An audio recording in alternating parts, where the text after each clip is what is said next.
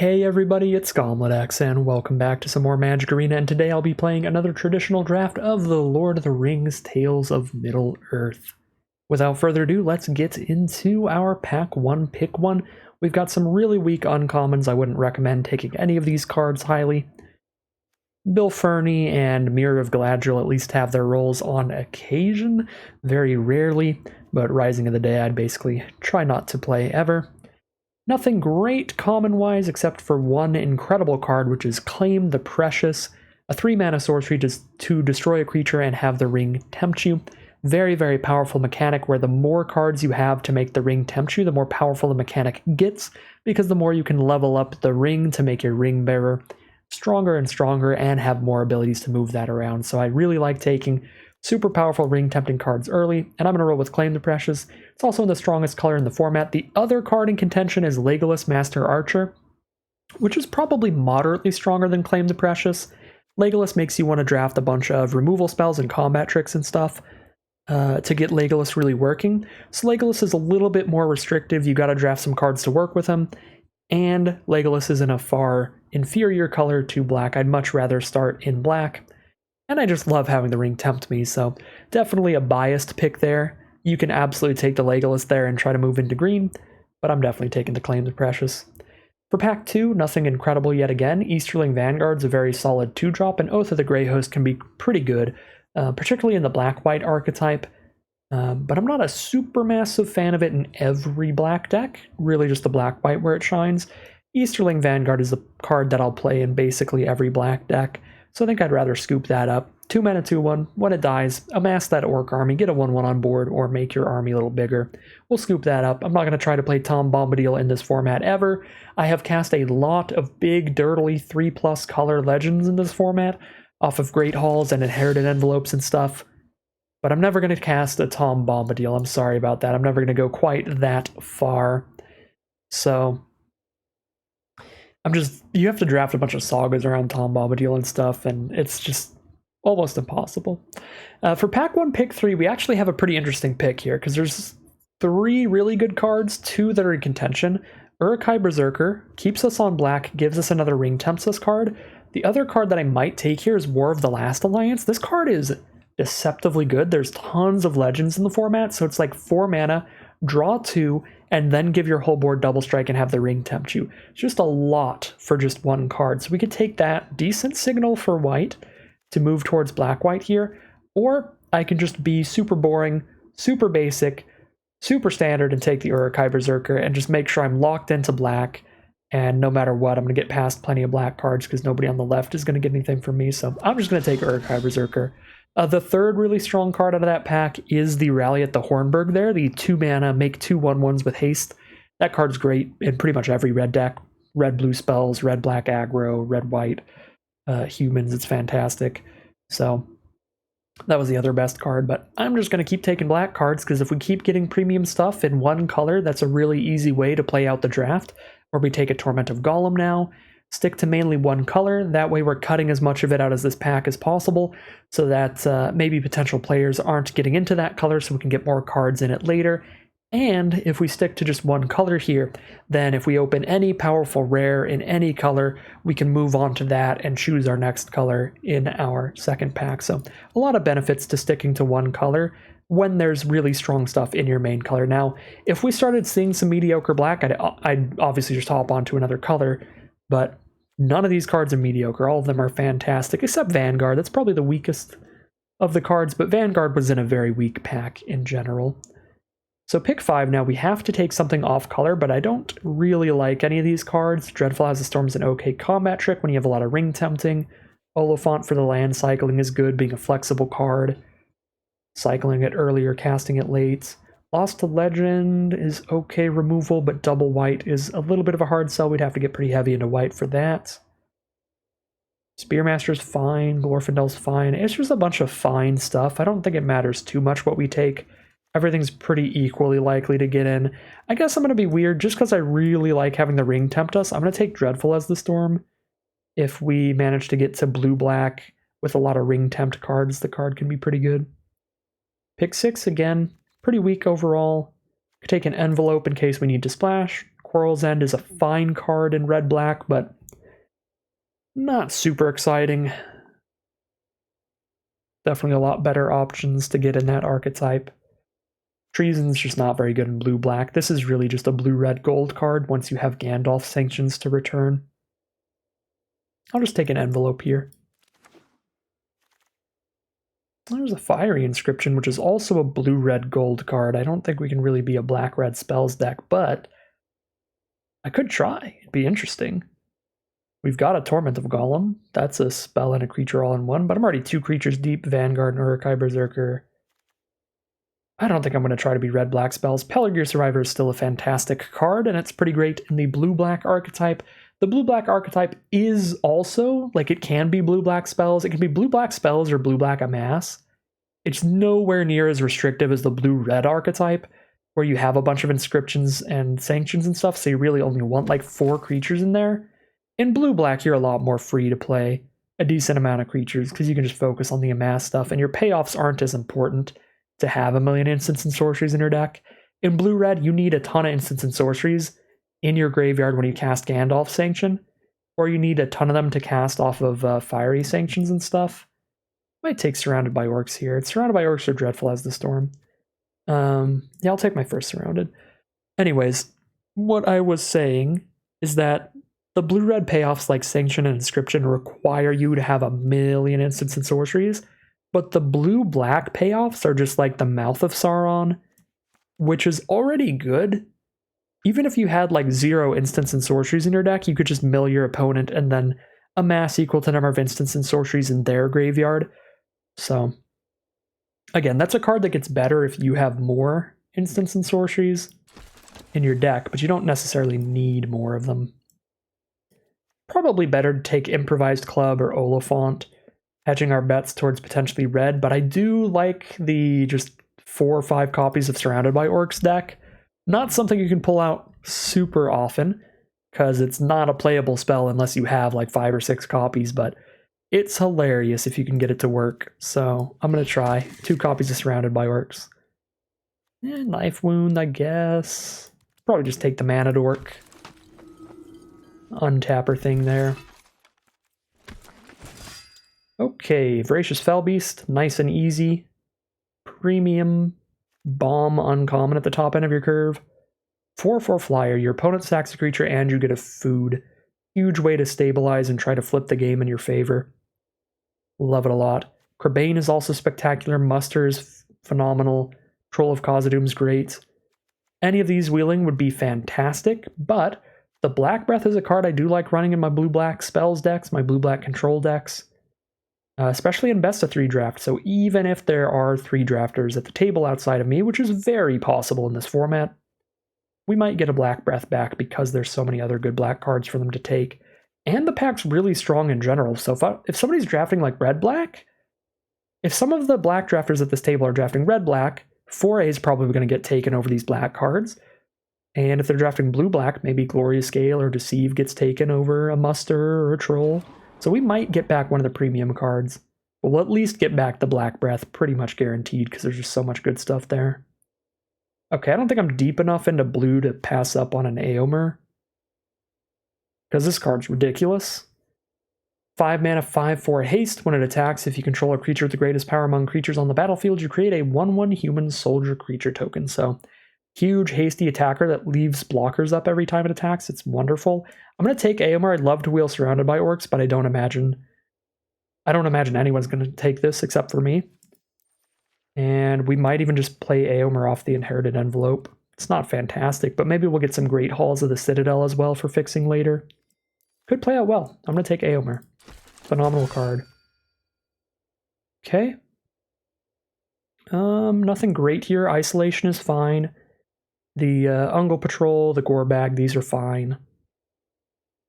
Frodo's good if you have a ton of Great Hall of the Citadel, but that's really hard for us to cast right now because we don't have any of them. Errand Rider's great, but I don't think I can be convinced to move into white here.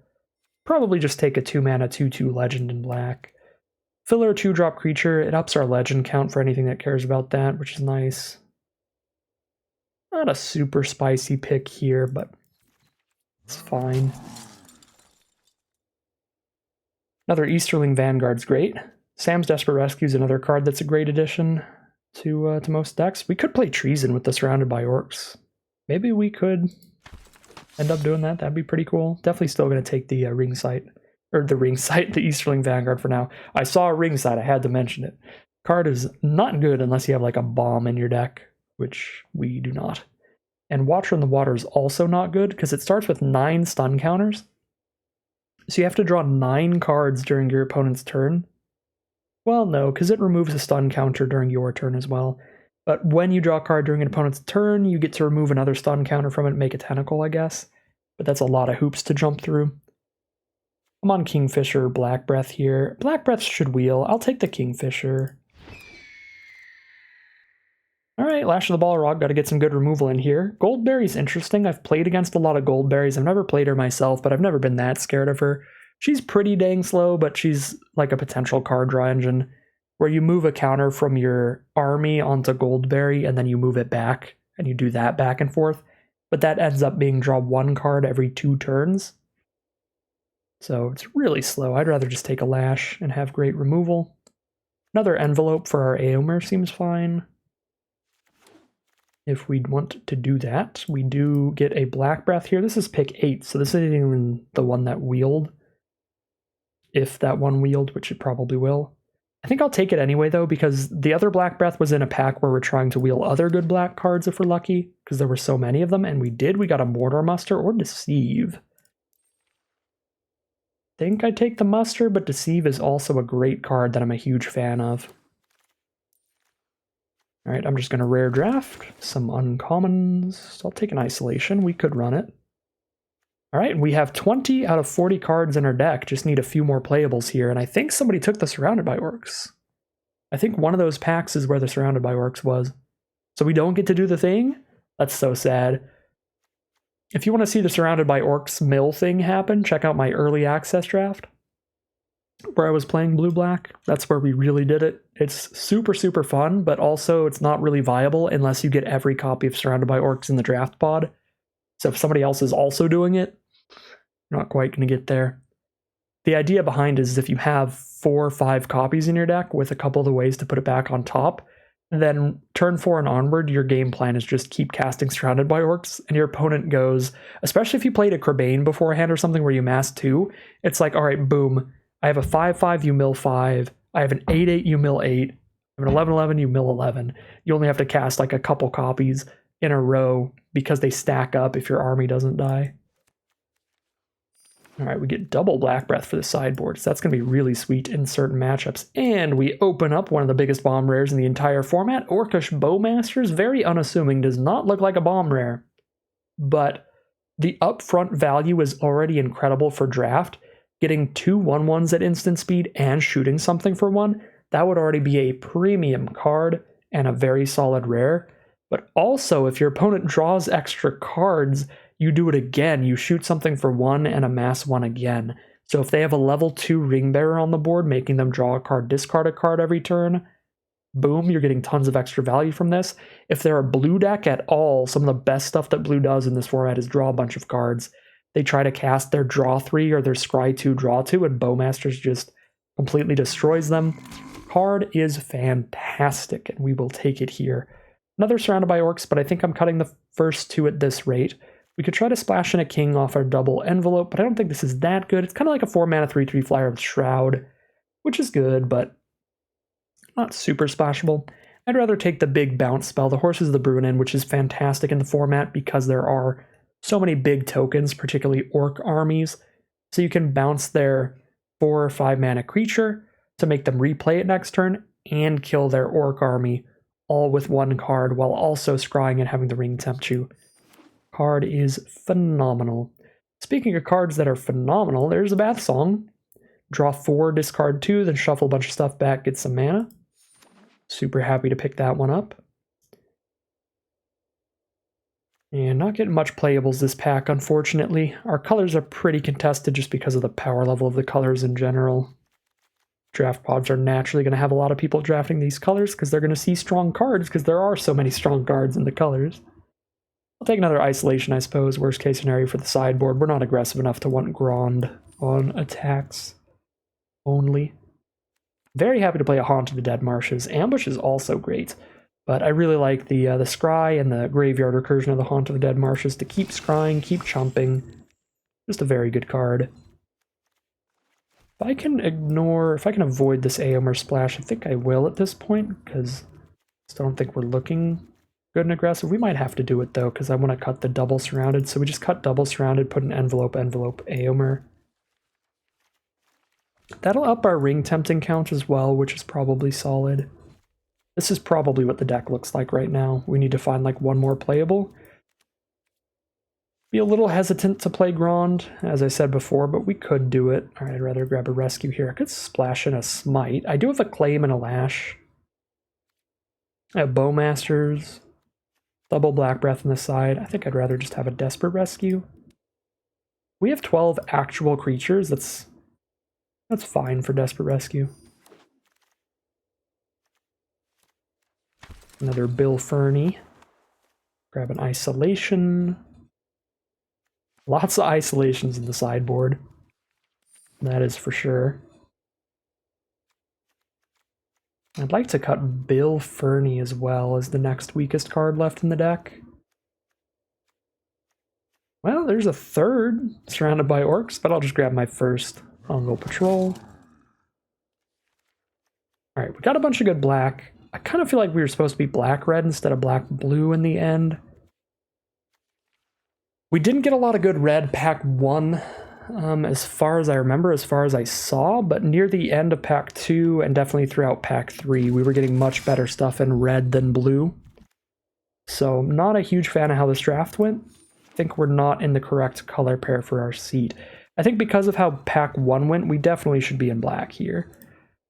But our secondary color, we should have been black-red or black-white, most likely.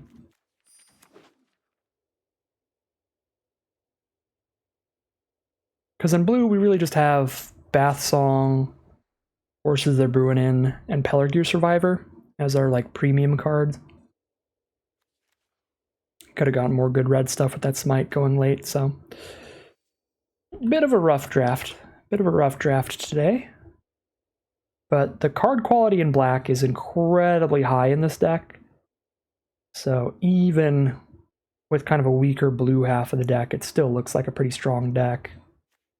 And I forgot Arena's still bugging out, so let's sort the deck like this. Let's drop Rond most likely.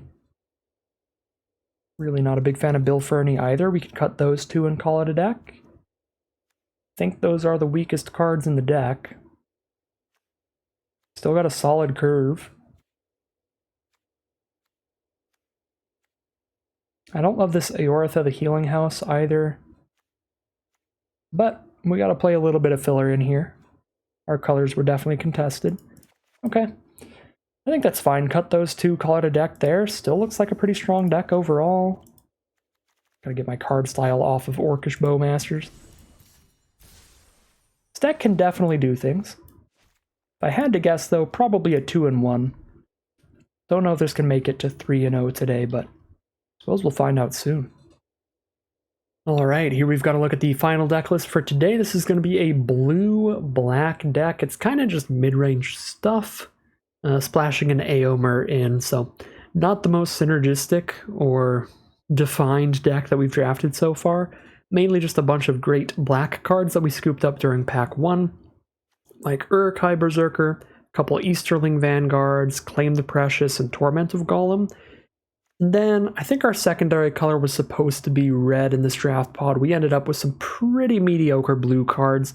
We pushed into the color for cards like Horses of the Brewin' Inn and Pelargear Survivor, and then didn't get too much else to go with them. We got a Bath Song, which is great, but Isolation, Dreadful as the Storm, Eortha the Healing House, and Athelian Kingfisher, not the craziest cards ever for this sort of deck, this sort of archetype. So, not a super streamlined deck here, just a collection of cards that we're hoping can pair together well, a collection of cards that are just strong single-handedly, and a little bit of mediocre filler stuff in between. So we're hoping to draw our better cards, play them out together in a good way, and just grind out some decent victories off of potentially just grinding things out with like level 2 ring bearers and stuff, setting up our draws, getting things going there. So Very mediocre deck today. I'm going to be playing as best as I can, hoping I can take it as far as possible, but I'm not super confident in this one.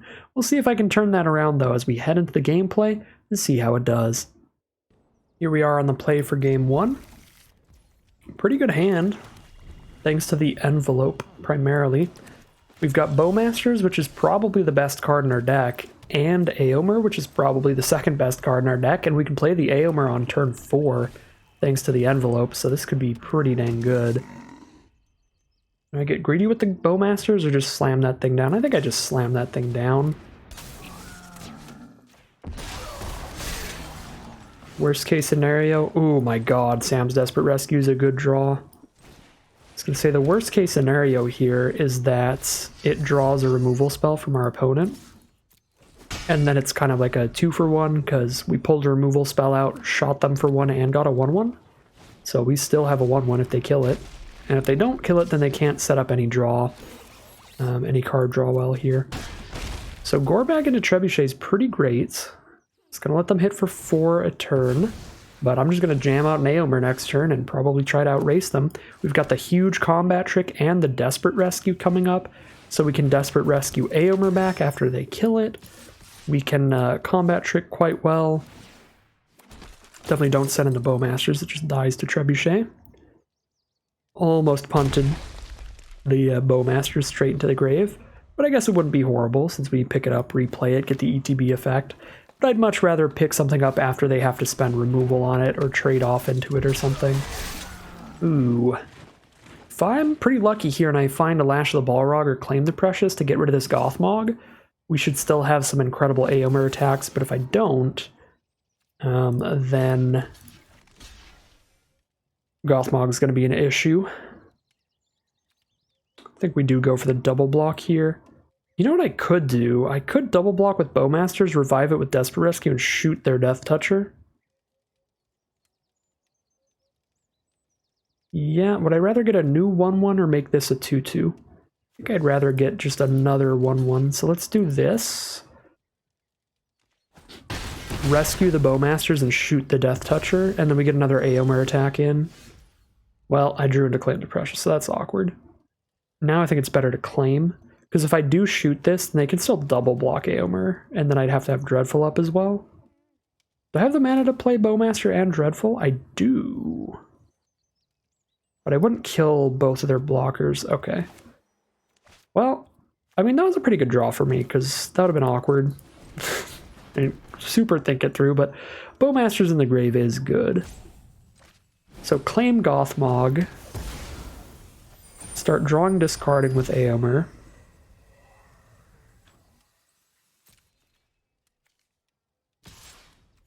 Guess I should have played my land first. I could attack with both and Dreadful if I need to. Draw into an Easterling Vanguard. I'm going to drop the land and play the Vanguard then. So I guess it works out that I didn't play the land.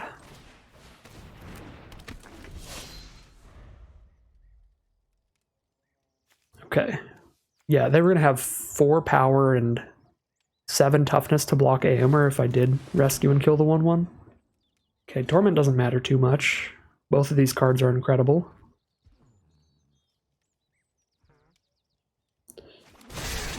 Okay. Get rid of my ability to reanimate the Bowmaster, that's fair enough. Guess I draw flat off of Muster first and then draw discard.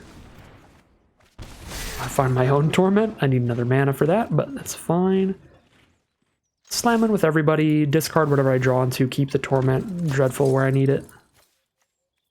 I guess I could discard the Dreadful and cast Torment post-combat, but let's just get the Dreadful as the storm out of the way. They already know about it. Use it to kill the Trebuchet if they block. There. I could hit them for 10 instead, which is pretty exciting, putting them to 3 life here. Likely to be better to get the Trebuchet out of the way, though.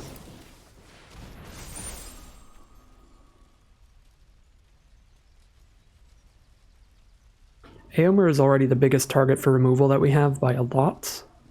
Let's put the Ring Bearer... I'll put it on a 1/1. Then it sneaks past the 2/2. And if they play anything that can block it, it trades. But this way they don't just like claim Aomer and I'm just out of stuff. And they do just claim Aomer, so that played well.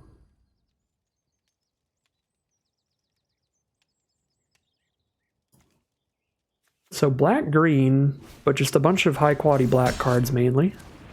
There's the Ent's Fury for our 2/1.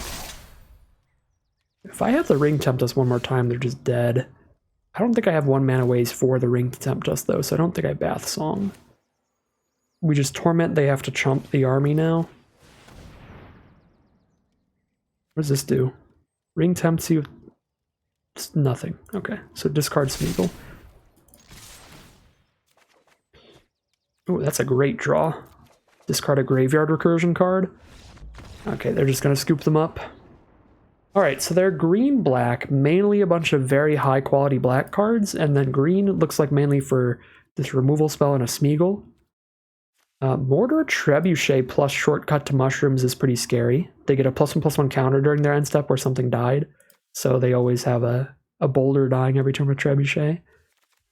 I don't think we have like a sideboard against this, just a bunch of good black cards mainly. Nothing Black Breath really hits that we've seen. They could have the Woe's Pathfinders, the 2-mana 1/1 mana dork in green. Black Breath is pretty great against that, but I don't think I shove them in just assuming they have those when we haven't seen a single copy yet. I think I run it back. We could play more Isolations since they do have tokens that could be big, like armies. But I'm pretty happy with this deck as it is. Is there anything that's just really bad against them? I really don't think so. Nope. Yeah, I think everything's fine. But those are the two things we really want to check in sideboarding. Is there anything that we have in our sideboard that's really good against them? And is there anything that's currently in our deck that's really bad against them? And sometimes I forget to check the second thing. I'm just like, well, we don't have anything great in our sideboard against them, so I don't need to sideboard. But it's like, well, maybe there's nothing great in the sideboard, but there might be something that you have main deck that just doesn't work in the matchup. It happens.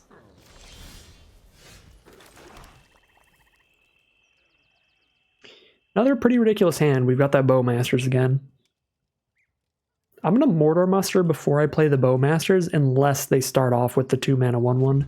Then I'll just kill that immediately. But if they don't do that, then if I muster first, Bowmasters becomes an even bigger combat trick. Because I mass onto the current army to make it a 2/2 and shoot something for 1, so I could kill a 3 toughness creature on blocks. It's a Trebuchet Gorbag again. It's a pretty sweet combo. So we're going to Bowmasters to kill Gorbag. Save the claim for something else.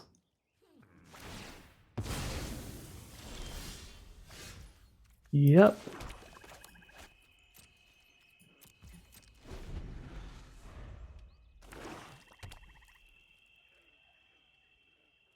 They're going to torment us. Being on the place pretty good in the Torment versus Torment games. I think I have to just Bowmasters. How bad is it for me if they torment the Bowmasters, though, really, realistically? Doesn't seem horrible? I don't know, getting an attack with Gorbag is another 4 damage when I'm at 15, so that is pretty bad.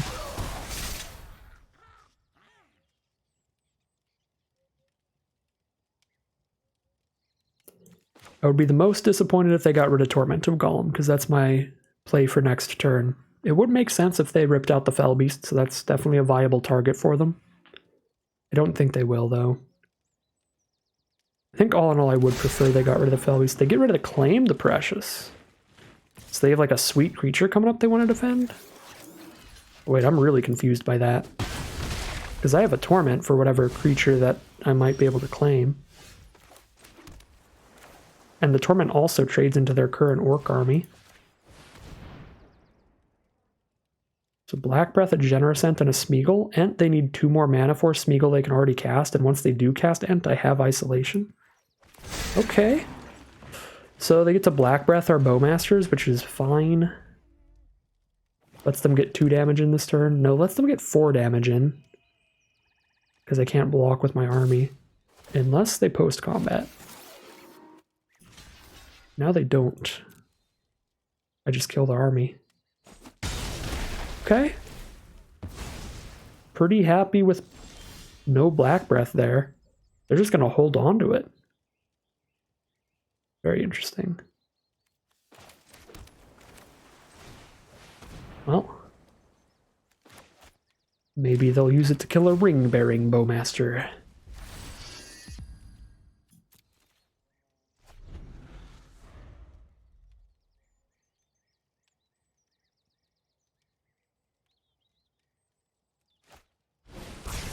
They will. There goes the ring-bearing Bowmaster.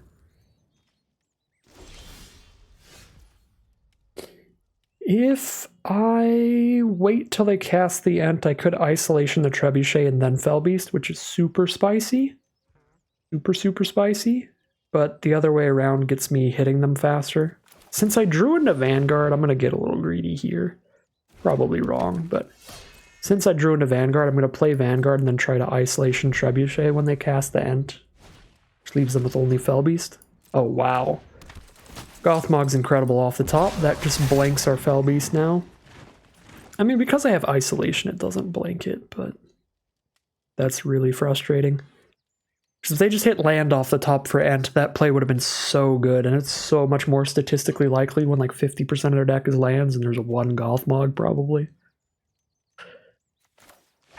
Yeah, being able to bounce Trebuchet so the only creature left would be Ent would have been really, really good. It would have put them in a position where they cast nothing for the turn, or they play Ent and get got if they hit land. Alright, well, that's a huge bummer. I guess at this point I just have to play Fell Beast and let it just kill a 1/1 and save Isolation.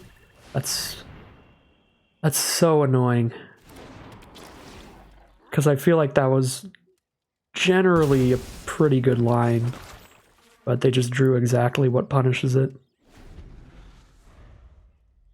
I guess any creature makes it not fantastic. But Gothmog really, 2 creatures off 1 card. And again, they were still much more likely to hit a land. Might just cost us the game, because now we're just flooding out. And they still played nothing that could block Fell Beast at this point. So maybe if we just played it earlier, would have just won. Yeah, because now they're going to be getting more food tokens with that Meriadoc. Got no good blocks here. Kind of have to get a chump in. Do 2 chumps in a row with Vanguard. Saving Isolation to get rid of the Ents, so we can keep hitting with Fell Beast.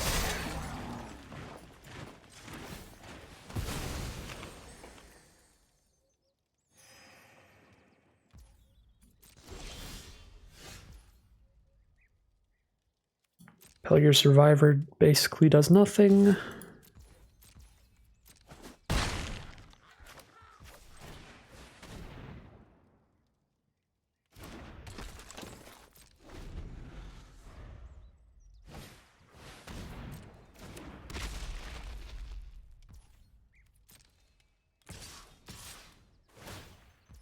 At least Trebuchet basically does nothing too. At this point, I kind of just have to Isolation the Porter and just hope they don't... Their next card isn't a land, so they just hit a non-land into Porter. This is hitting me too hard to just sit here and save Isolation for Ent.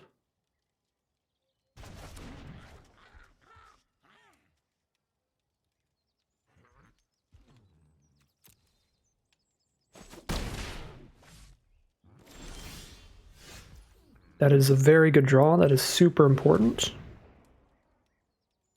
Have the Ring Tempt us. They've got something instant speed for 2 or less mana. It's probably sack a creature, draw 2. They sack the Trebuchet here in their end step. Could be like some green combat trick that I don't know of, but the most popular card I can think of for this would be sack a creature, draw 2, which would be sack and draw 3 off Trebuchet, which would be a nightmare because they would definitely hit a land. Draw 3 now and then draw another in their draw step. Oh no, they have the Generous Ent. They have the Forest Cycling. What am I talking about? I'm going to keep the envelope so I can move the ring over if I need to. No! Wait, no, the Ent's a 5-power creature, so it doesn't matter. Never mind. Never mind, it's fine now because we drew into the Berserker. Okay.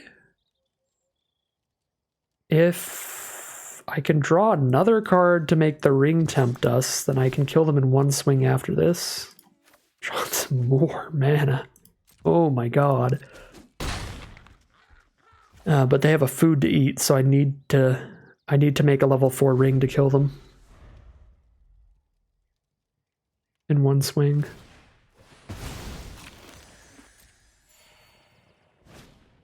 So I can start milling them now and playing the defensive if I don't hit another Ring Tempt card. That's bold. I guess that already doesn't block. Sure, I think I need to chump at 8 life.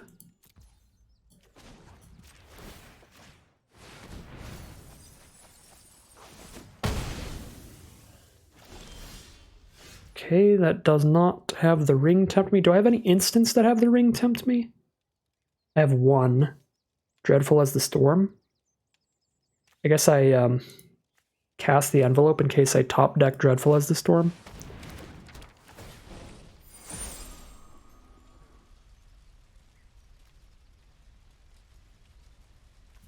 Yeah, none of my ground creatures can get in because they have double Trebuchet. Full control just in case. Some of the ring stuff is really weird where they don't let me respond to like this ability if I need to. So I'm full controlling just in case. Okay, it really doesn't matter.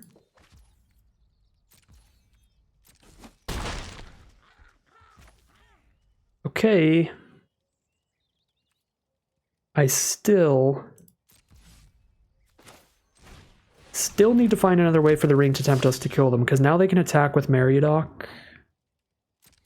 and get a food from that, and then gain 3, be at 5 against our flyer. So they get 2 more turns, thanks to Mary. And I don't know if they even realized that, or if they were just like, well, I'm dead, so Alpha Strike. If I do this, I have 2 turns of blocks, because I wipe out... Oh no, I don't have 2 turns of blocks. I go to 3, and then I have a 1/1 to block one of the 2, but I die next turn. I think I still have to kill what I can kill here. So if I draw into any creature, then I have 2 turns of blocks and I win. Oh my god. Please, for the love of God.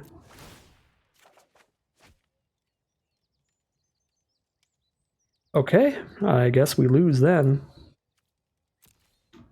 That feels like literally every land in my deck, but technically it's not, so...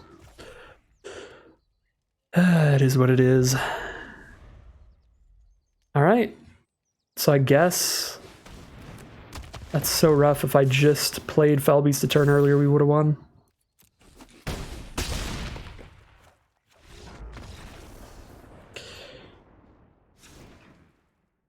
I figured there were way more draws in their deck that would be a land, where holding up Isolation to just blank their play would have been better.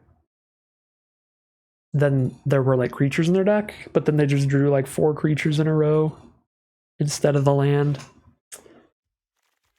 Alright, made a calculated risk and it really did not pay well.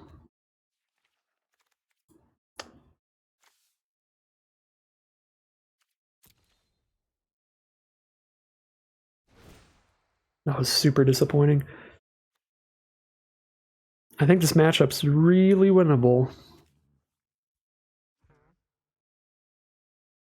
Guess I just need to get aggressive immediately. Don't go for any fancy lines here. They do not have a lot of removal, it seems. Alright, let's get in there. Alright, let's try to draw a couple less lands this time around.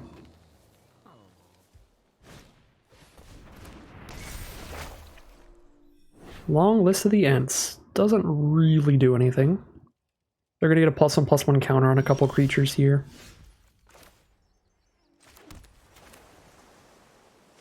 Enters the battlefield with the counter, so Bowmasters can't kill anything right now. Because it's all going to be a 2/2 minimum. Well, 2 toughness minimum.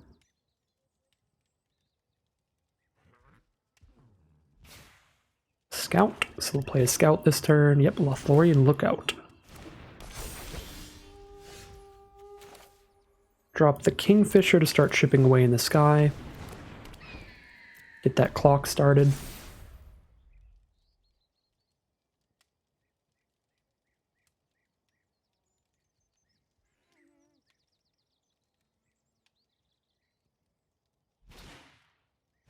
Drop a citizen, it's Meriadoc.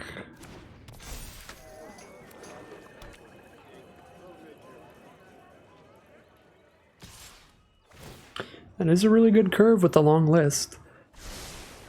One of the biggest problems with the long list is that it's just like a complete dud of a top deck late game, but I suppose having it turn 1 is really powerful.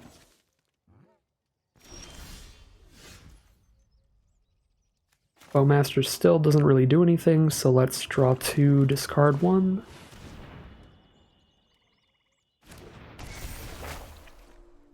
Drop a land here. Alright, definitely drop a land here.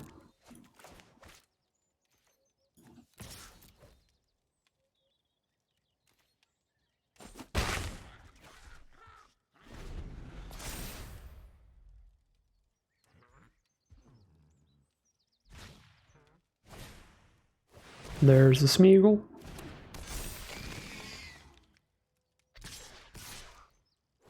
I mean, this would already be pretty bad for me if they didn't have the long list just curving out like this.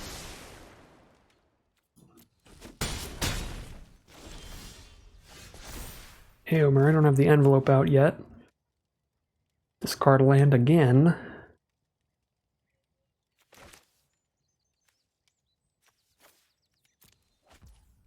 Play Envelope and Uruk-hai Berserker. Have a level 2 Ring Bearer.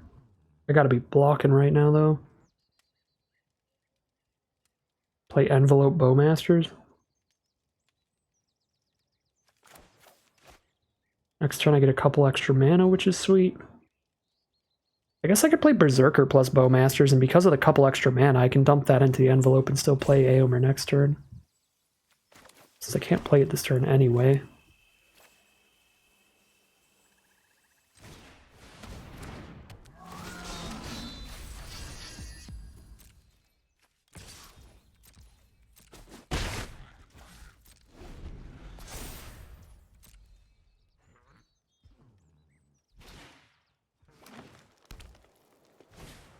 Oh no!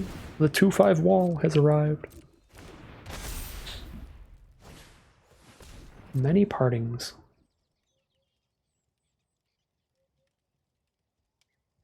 Uruk-hai Berserker on Smeagol. Vanguard and a 1/1 army on the lookout. With a damage on it as well.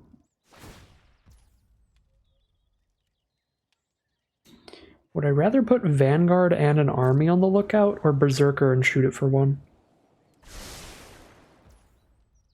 Probably Berserker and shoot it for 1. I do think I'm clearing it out here, though.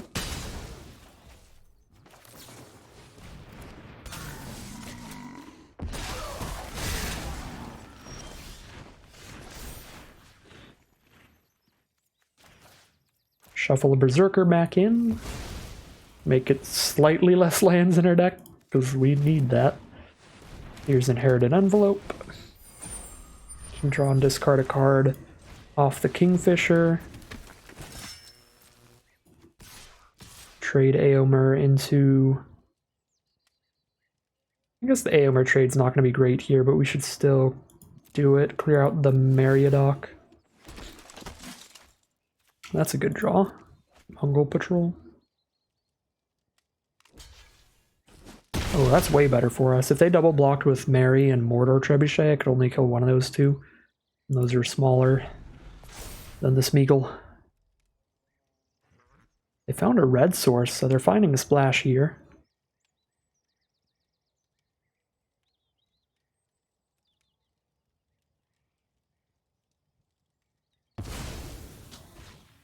Archer? Do they have a Legolas in there? Oh my god, they have their own Bowmasters? That's disgusting. Bowmasters my Bowmasters, so we can Bowmaster while we Bowmaster? Oh, snap. That's actually really good with Trebuchet on board, too. And I have a level 2 Ring Bearer. Bowmasters is actually so much better against me than it is against them, because they're not getting any Ring Bearers, they're not drawing any extra cards. Like, I can't do jack shit now that there's a Bowmasters on board. I just scoop. I can just go home. Just pick up my cards and leave, because if I attack with Kingfisher, I draw a card, Bowmaster shoots Kingfisher, then I draw another card, they shoot me in the face, their army's like a 3/3 now. I straight up can't do anything now until I clear out that Bowmaster.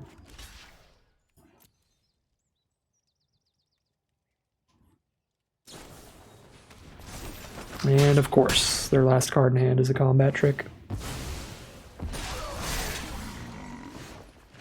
Well, there's Isolation. That lets them redraw the Bowmasters, though, which is not preferable. I probably just drop my patrol for now.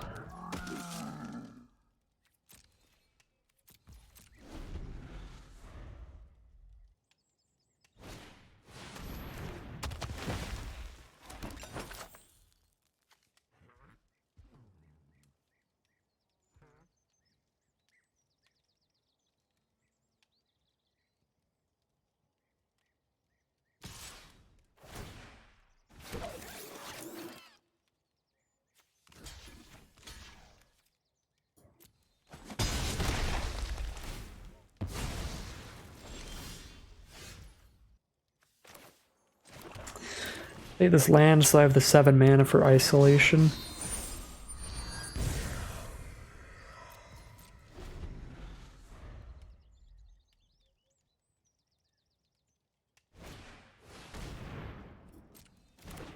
Now they might send in the Bowmasters, because they're only Orc left. Definitely takes some damage, but I think it's good for me getting that Bowmasters out of here. Send in the Generous Hint. I don't actually think that attack's that good for them.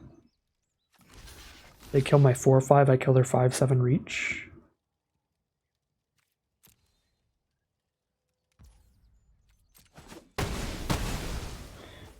Might grind this out here if I find removal for Bowmasters, and there's removal for Bowmasters.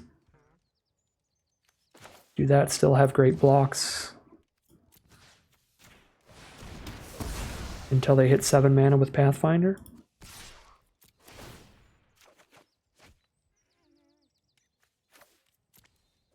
I can hold Isolation up for that.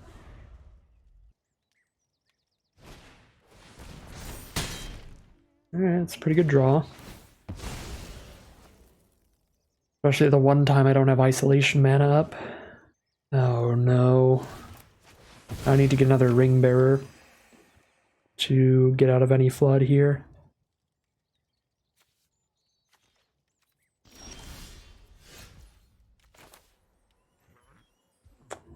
I think your Survivor is pretty solid in a position like this.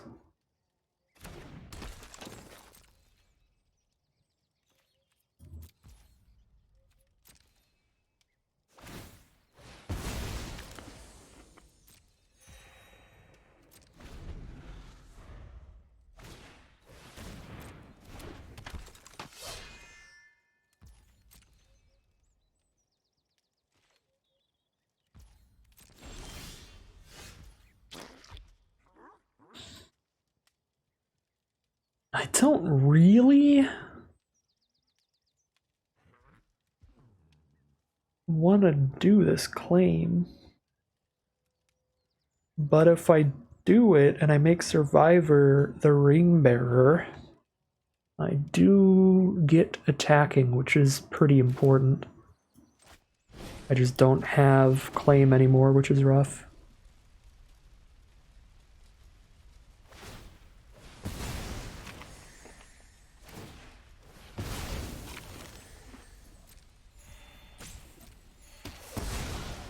And now lands are complete dead draws for them, since they don't have the 7 mana sink anymore. Yeah, I think it's important enough to get drawing discarding to do that.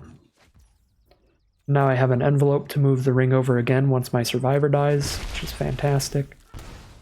We've got blocks for everything they have on board. Yeah.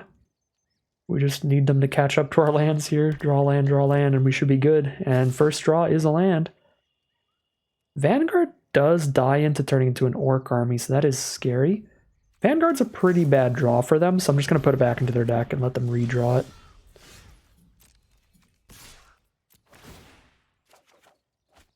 Torment of Golem. I mean, I just cast that, I think, right? Like, they're never going to have a card in hand. They've got all their colors and 6 mana. Yeah.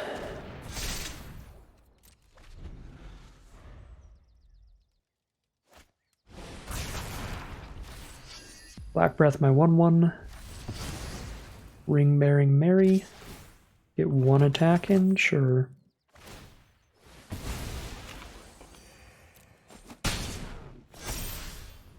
Oh, wow. As good as I think it is right now? Yes, it is. They've got 3 toughness currently.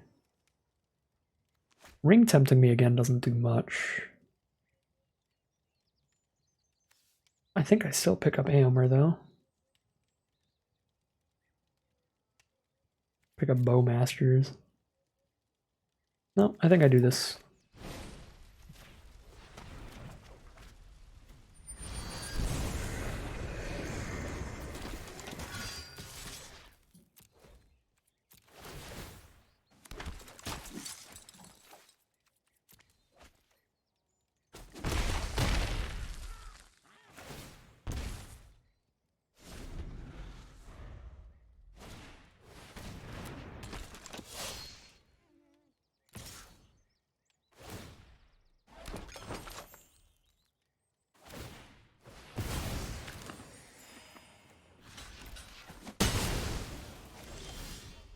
Oh my god, that's good.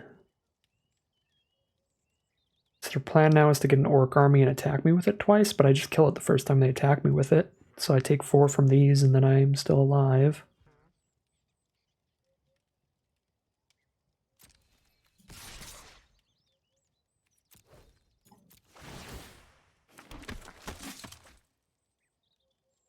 That is nuts right now. I'm gonna keep Dreadful because I can move the ring at instant speed instead of sorcery speed. But I gotta keep this horses because now we're just gonna bounce their Orc and they're not gonna hit me at all. So let's make them recast the Trebuchet.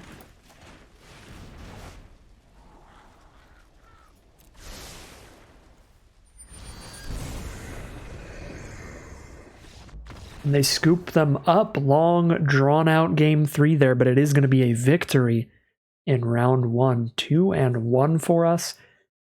So we win round 1 of 3 in this traditional draft.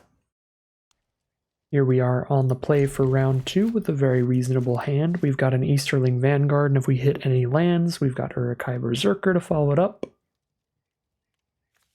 We hit every land drop, we've got a Torment of Golem the turn after that, and that's going to be incredible. Playing against a white deck, we have drawn our first land, so we will have that turn 3 Berserker. And they are going to be blue, white, kind of a weird archetype, but a solid one. I should have played Berserker pre-combat in case they have Deceive the Messenger, but I guess I have Dreadful as the Storm, so it doesn't matter too badly. But I do think I play Berserker instead of Kingfisher, because then when I play Dreadful, I have a level 2 Ring Bearer. But that is one thing to keep in mind with the Uruk-hai Berserker, or just Ring Tempt in general. If you're playing against a blue deck, Deceive the Messenger is one of their best early game plays. Give something -3/-0 and make a 1/1.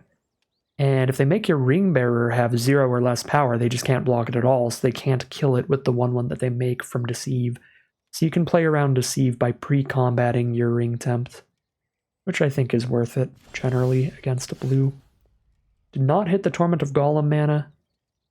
So send in the squad Dreadful as the Storm to have a level 2 Ring Bearer. And then we use that to draw a card and discard a card. To dig for land 4 next turn. To torment them then. Menaldor, Swift Savior. That can't block my Ring Bearer. So we send in the squad. Draw and discard. Do not find a land. We find a Fell Beast.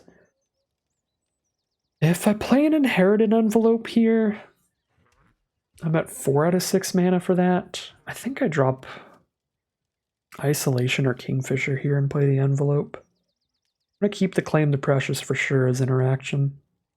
I'll drop the Kingfisher and play the Envelope.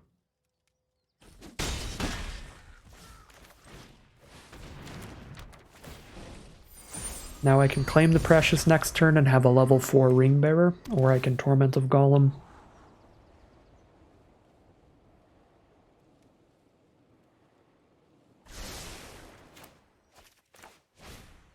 Stalwarts of Osgiliath. Level 1 Ring-Bearing Menaldor. They get to exile the Stalwarts and replay it, so level 2 Ring-Bearing Menaldor now. It's fine, I can just kill the Stalwarts and hit them for a ton. That is better than casting Torment. I could also just bounce the Stalwarts, but if I claim instead, I have a level 4 Ring Bearer, which is quite a big deal.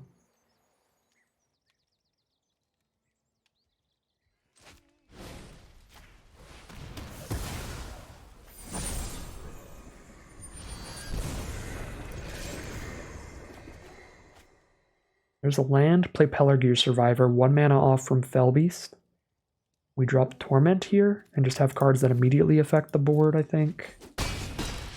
Because they're down to 3. So we gotta keep the bounce spell as an immediate way to clear something out and try to find lethal. There's the Hobbit Sting for the Vanguard to get rid of our Ring Bearer, but they're still at 3 life. So even a 1/1 is a decent creature on this board. They've got double blue and 1 up here if they pass, which is enough for Saruman's Trickery, which could counter any spell.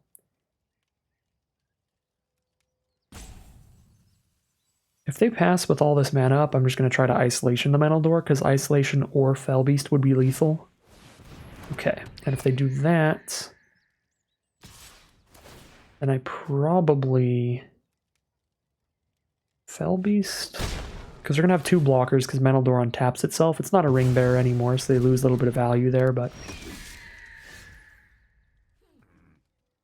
let's see. If I Fellbeast, they sack a Kingfisher and then trade Berserker into Menaldor. That's probably better than if I Isolation, because if I Isolation, they still just trade Kingfisher into Berserker and draw a card. Yeah. This way their whole board's gone. And I have a 4/4 flyer. The other way their whole board's gone, but I'm down to just 2 1-power creatures. This way I'm going to have these 2 and a Fellbeast, which is huge.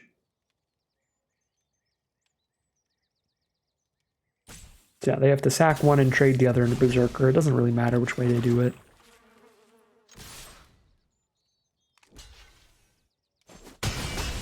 Okay, so they're at 1 life, facing 3 creatures total, instead of the alternative, which is 1 life, facing 2 creatures.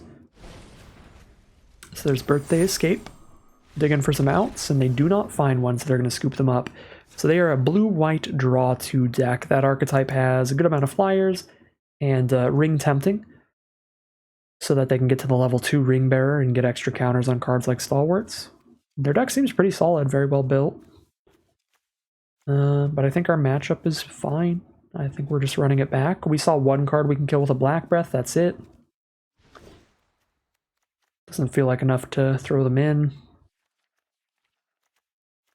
Anything terrible here? Horses is a little worse here. They're not going to have any tokens. Could still be a win condition late.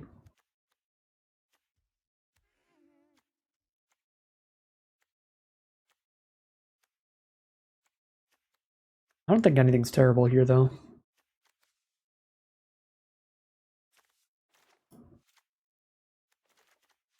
Yeah, I'm just going to run it back again. Here we are for game 2 of round 2 with an excellent, excellent hand. Definitely keep it. Our opponent is on the play. And they're gonna cycle an Eagles of the North for Plains and pass the turn. We'll drop a Swamp and pass the turn. There's a Westfold Rider turn 2. Well, I've got a card that's very good against that. It's called Mordor Mustard. Well, this is the freest block of all time. If they want to spend a combat trick to not lose the Rider, that is a-okay. Because I already drew a card off of my Mordor Mustard. Oh yeah, that's really good for me. Great value there, and now I just drop a 1/4 that they can't get through. That also ramps me up. Thalian Kingfisher's their play. Alright, well, we're throwing a Black Breath in if we get another game. Torment them. They've got their own 1/4, they've got the Flyer, they've got the Stalwarts. Get rid of the Stalwarts and claim the Flyer, probably.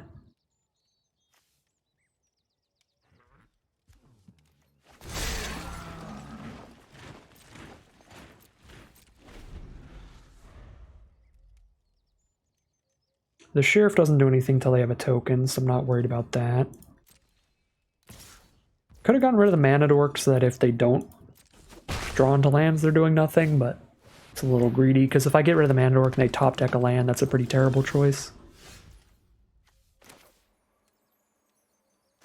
Okay, now I can play Berserker plus Kingfisher. Not that it does a whole lot, but I'm not going to claim the Precious anything right now anyway, so might as well.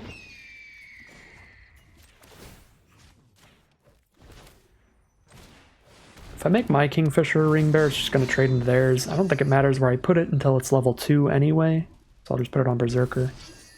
Pass. Because I want to just freely trade off this 2/2 on blocks and freely trade off this Kingfisher on blocks. Alright, Mental Door's the play.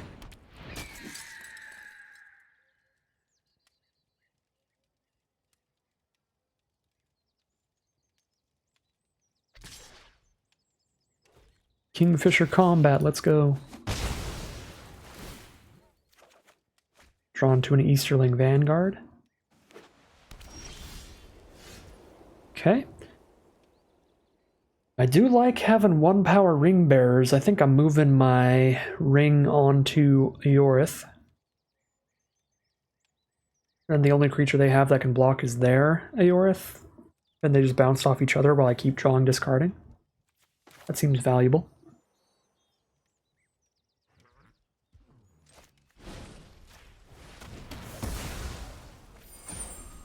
I send in the 2/2. I think I send in everybody, because I'll still have a 2/1 on blocks for the Westfold Rider.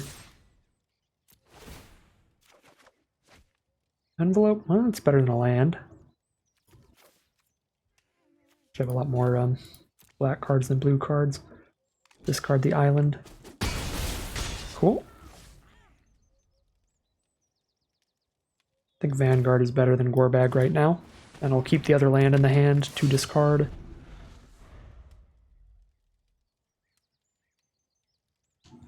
We'll likely be casting Envelope next turn so that our Ring Bearer is level 3 so they can't just block it every turn. Not that it matters, I guess it's only 1 damage every time regardless. Alright, there's the Sheriff. Sad Sheriff. No exile since they have no tokens.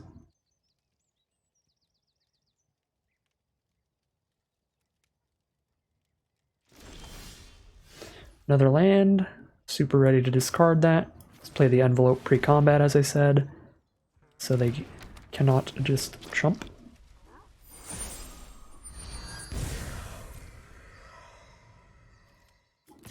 I guess they could just bounce off the 2/2 here. But not the Ring Bearer anymore.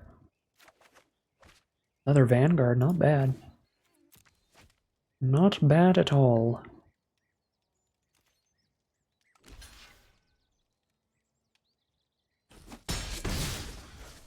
Alright, we're bouncing around with the old women and passing the turn.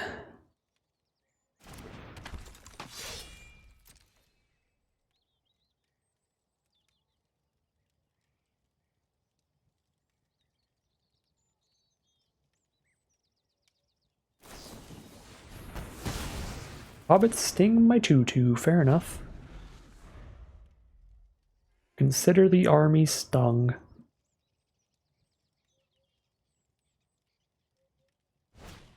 Fog on the Barrow Downs. Alright, now we need to find another way to get the ring to tempt us.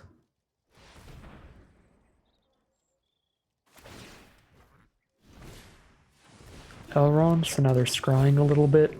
Doesn't matter too much, our double Vanguard's already blocking everything. Their Ring Bearer is not drawing and discarding a card for them. Apparently their top deck next turn's good though, because they kept it with the scry, so that could be an issue. That's a beautiful draw. I wish I had another 1-power creature on board. I think I still need to just envelope up a Vanguard, get my draw a card, discard a card out of the way here. But it just trades into Sheriff and I get a 1/1. Maybe I just attack with both, and once I get a 1/1 army, I make that the Ring Bearer. That also sounds like a reasonable thing to do here. They don't block, they're just taking 4, and they will be dying. If they do block, I've got a 1/1 to make my Ring Bearer.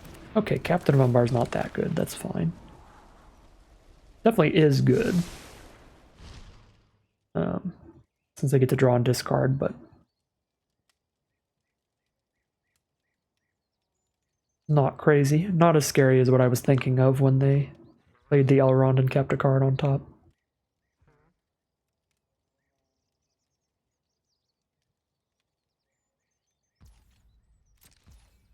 Okay, pass the turn.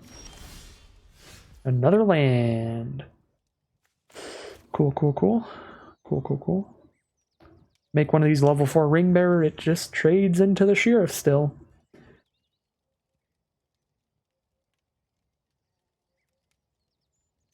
If I don't make it a Ring Bearer, I don't even attack now that they have the 1/4 untapped. Because then it just dies to that. Alright. I gotta cash it in now. I need to draw something other than mana.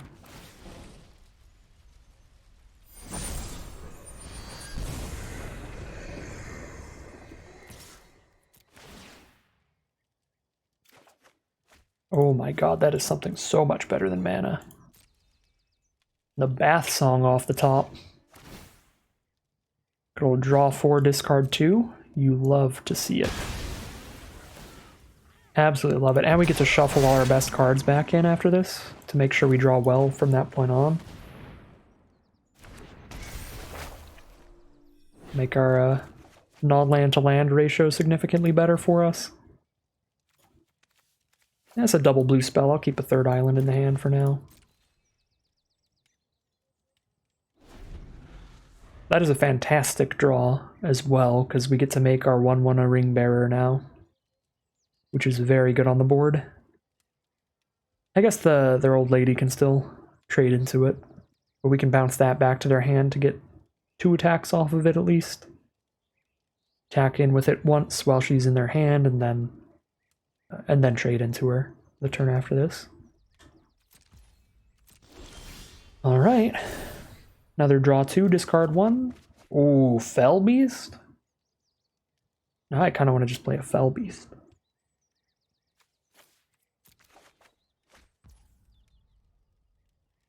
Don't have the mana to do both of these things. I think it probably still is better to play the horses than the Fell Beast, but it's real close. So if I play the horses, I get to draw, discard a card again. Huge attack in with the Ring Bearer. Yeah, it's almost definitely better to play this.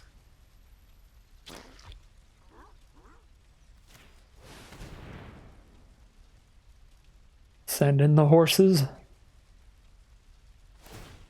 Bounce the humans back to hand.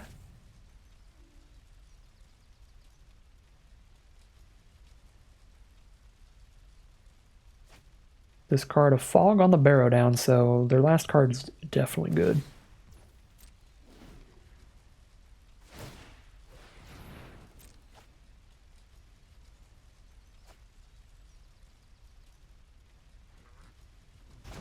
Alright, those go back to their hand. I scry this land to the bottom. Ring Bearing, 1/1. Attack with everybody. Discard a land.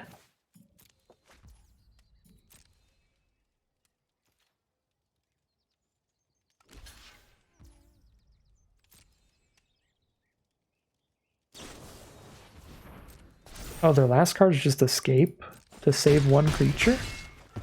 Fair enough. I guess we didn't have anything great to fog, but I would have figured fogging our ring bearer would be better for them. But they're 1/4 trades into it, so that's fine. Right, I don't need to play this land because I've got the untap ability.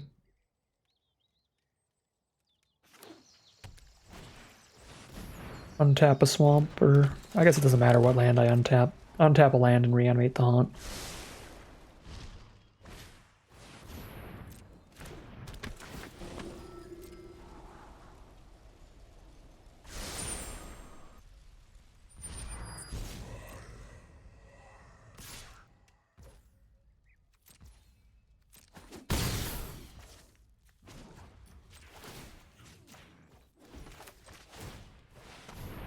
Bring our haunt back and scry one, keep that Aomer and just do the thing. Actually, Torment's not that great at this point. I guess it's as good as a Gore Bag. Might as well just up that non-land count, sure.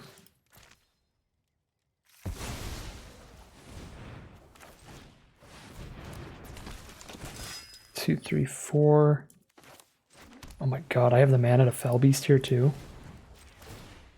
This is insane.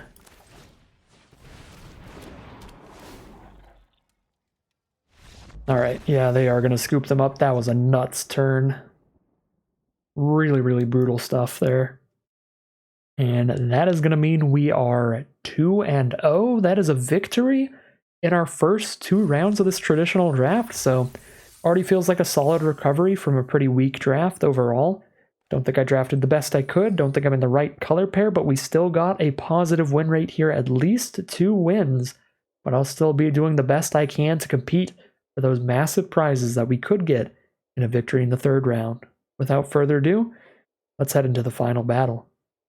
Here we are on the play for game 1 of the final battle. We are definitely looking for an island, but if we get 1 island to play this Bath Song turn for, we can use the double blue off of it to cast horses later. We're definitely not looking for any more swamps, and those are our first 2 draws, so that's pretty rough. We don't like to see that. Our opponent's on blue-black here, so we're going to pre-combat make our 1/1 a ring bearer so they can't kill it with a Deceive the Messenger. They're on blue, black, green, all 3 colors naturally turn 3, with a Dunlin Kerbane as well, which is great. See if we can scry into our island yet. Yes, we can. Okay, so we can Bath Song next turn, but I'm already going to have 5 mana at that point anyway, which is awkward. Because then I probably just want to play my 4/5.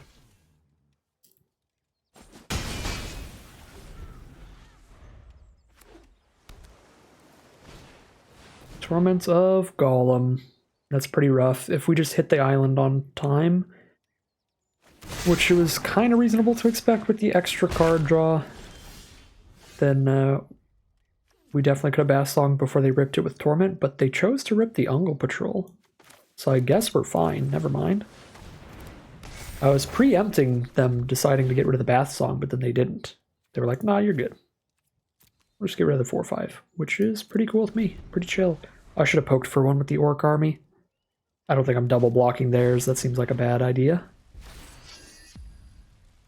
And they can make a Ring-Bearing Kerbane, which is practically impossible to block. Ooh. Main deck Black Breath is going to ruin my soul. That's pretty frustrating. Very main deckable when you have enough ring tempting to get to that level 2, so you can just discard it when it's not good in the matchup. So I'm not saying it's a mistake for them to main deck it, it's just frustrating to see it on our side of the board.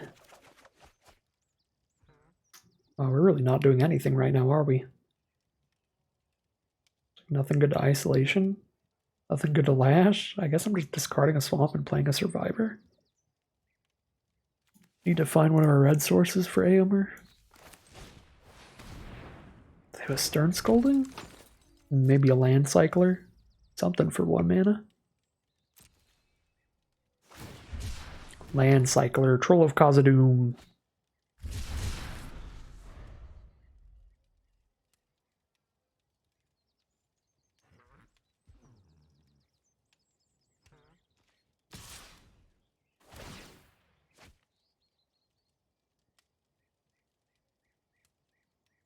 Our opponent has level 2 Ringbearer and we do not, so they are definitely in the position to draw much better than us throughout this game. Very bad position for us to be in.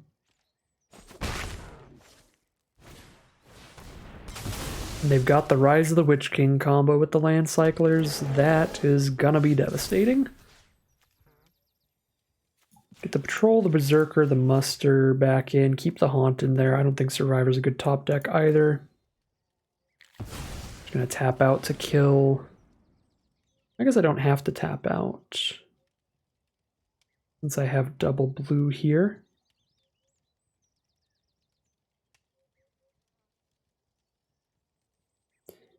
Really don't want them to keep drawing and discarding cards off this Kerbane.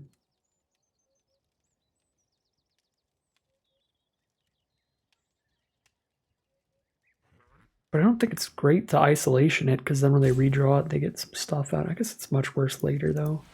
So I could isolation that, and then I could play a Vanguard and sack it to lash the troll. Sure.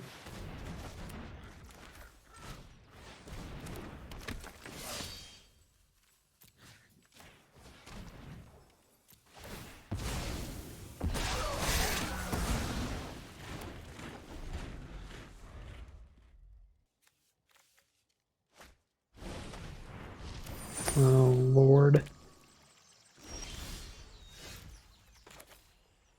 Return the troll to their hand with Sam's Desperate Rescue.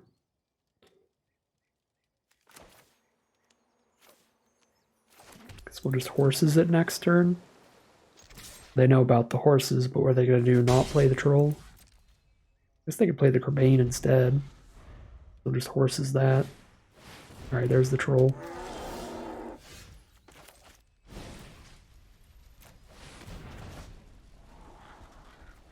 I don't think Bowmasters is good enough against troll getting recast on us. Probably better than an Aomer we can't cast.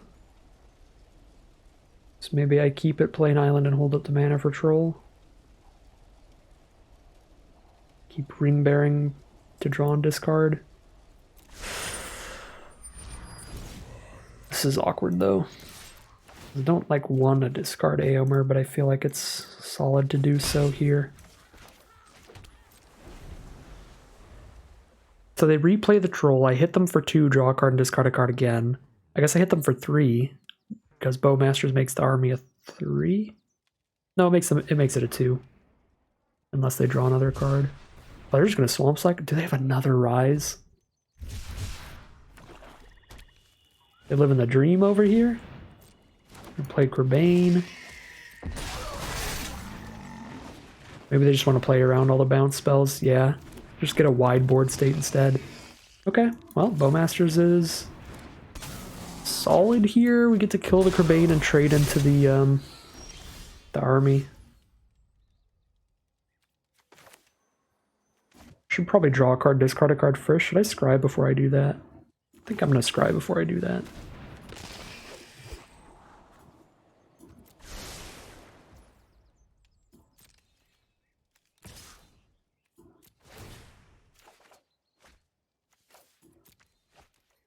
Oh, that's a pretty bad draw. Drop the Eorth and pass.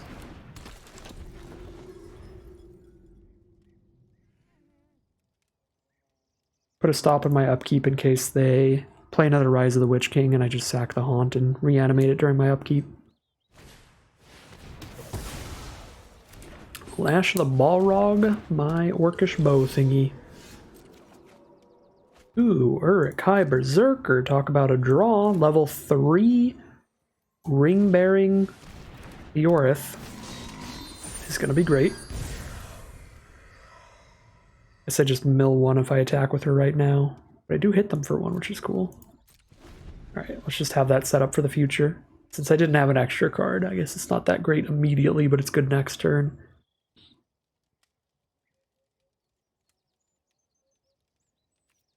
Keep that stop on my upkeep in case Haunt ever dies. Isolation, that's really annoying. We definitely don't want to redraw her. I block here and something turns into a level 4 ring bearer, which is not really beatable.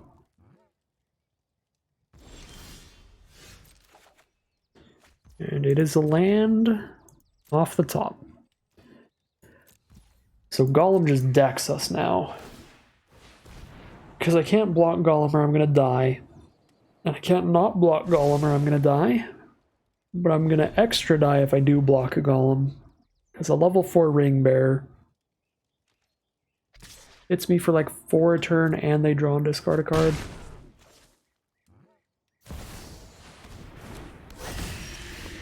Okay. We're never going to beat them if they cast this card. Witch King of Angmar is one of the most unstoppable mythics in the formats. And now I think this matchup just went from bad to worse. This is going to be a nightmare of a final boss. Black Breath seems fine against Kerbane, but that's the only card we saw. They have one copy of Kerbane, a Golem, and one copy of Mortar Muster. That's probably enough to put at least one Black Breath in. Could put in a bunch of isolations and just try to slow down the Witch King if they draw into that. Although I'm fairly certain, as I said before, if they hit Witch King, we're just going to lose. Get rid of our combat tricky thing. Get rid of our old lady. I could just get rid of the Aomer Splash, I guess. Boop, boop, boop.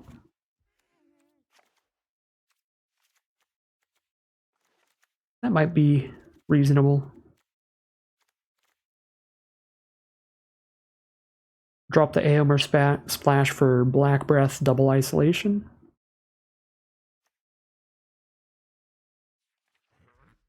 Sure, I'll just do that. We head into game 2 of the final round. So we start off with the Haunt of the Dead Marshes and Scry 1. There's a Pelargir Survivor. I'm going to put that on the bottom here, because I think we're just curving out aggressively into Vanguard Berserker. And then I'll have the 4 mana to cast this isolation anyway.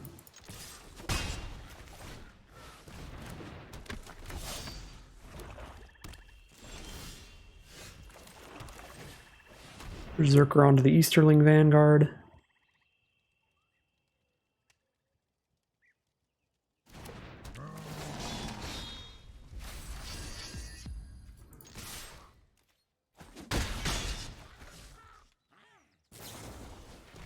Golem's Bite for the Uruk-hai Berserker.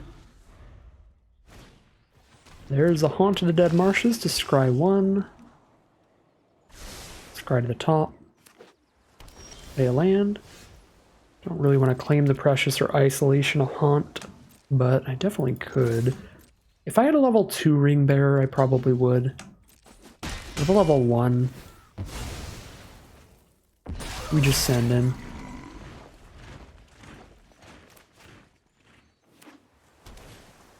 Bath Song, alright.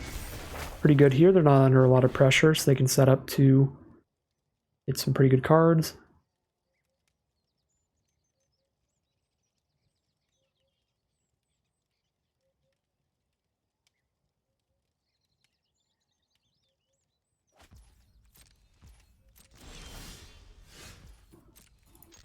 Oh, this is really rough. This game, our opponent's planning to win with card advantage spells that don't impact the board, so we're drawing all of our removal spells instead. when they're not even trying to impact the board right now. Good draws in certain matchups. These are pretty bad draws right now, though.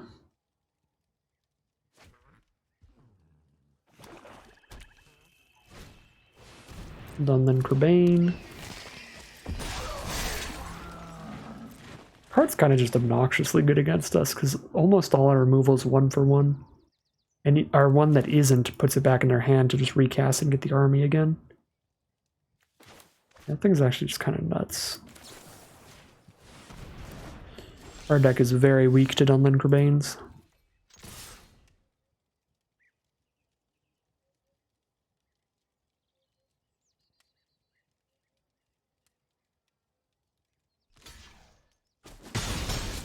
Alright, got the Crebain off the board, so Kingfisher might not just die.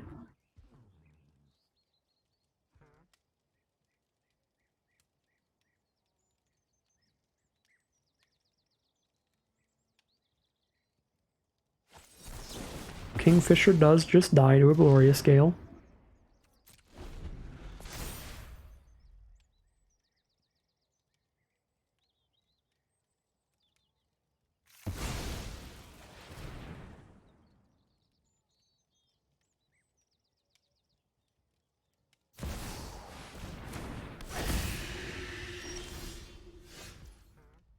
Well, we lose.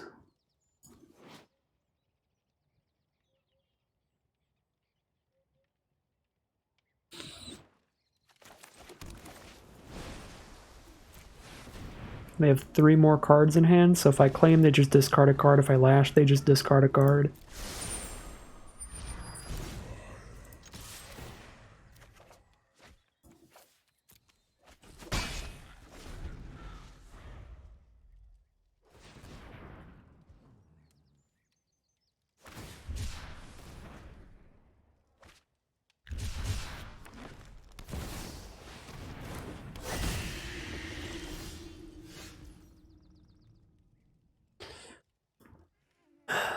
If I cast a removal spell, all they do is discard a card. If I draw a card and discard a card off of Haunt, it gets sacrificed when it hits them, and the Ring Tempts them. If I try to Dreadful as the Storm to trade up, they just discard a card. They have 3 cards. I have 2 cards that can try to kill it. So I can put them down to 1 card in hand, then they draw for turn, and I have 2 more cards to protect the Witch King.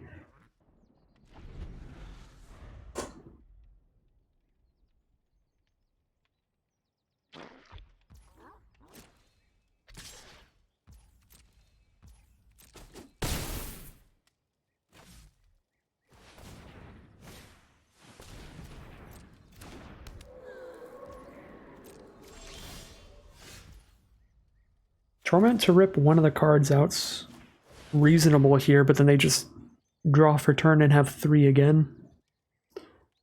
We're still never getting through the Witch King. And even if I somehow did, they have the Desperate Rescue. Oh my lord. I'm still getting rid of isolations. They can't just isolate the army. I think either one, they're just not going to play them anyway.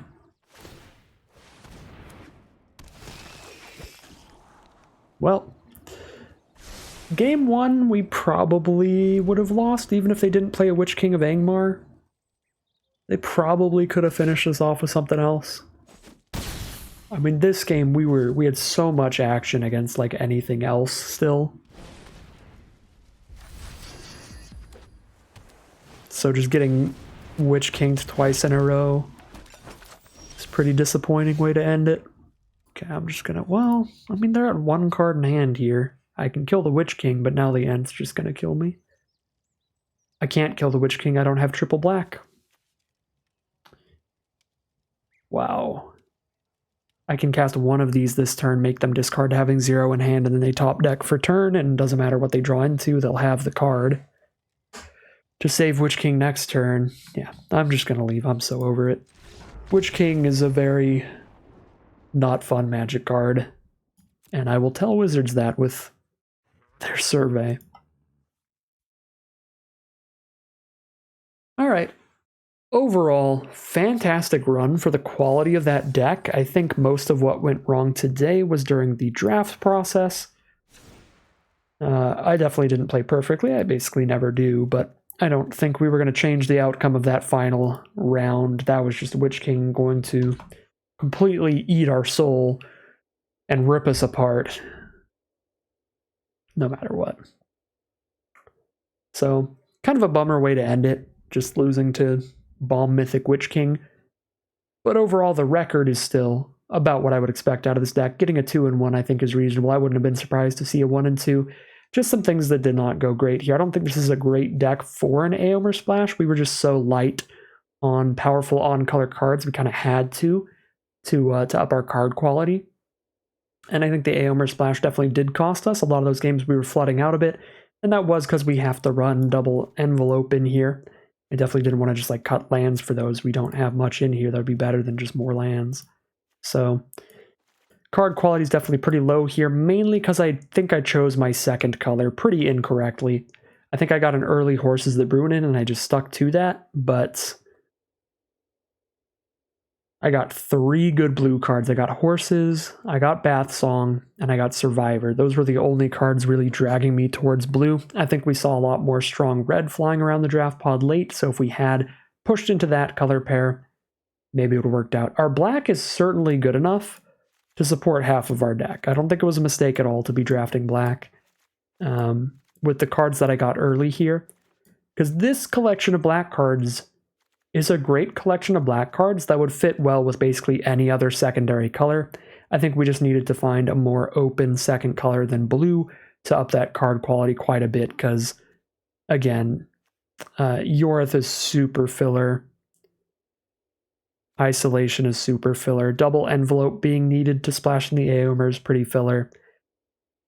And then the rest is just like mostly okay. Like Kingfisher's okay, Dreadful's okay, Survivor's just okay in this deck because we don't have many instants and sorceries.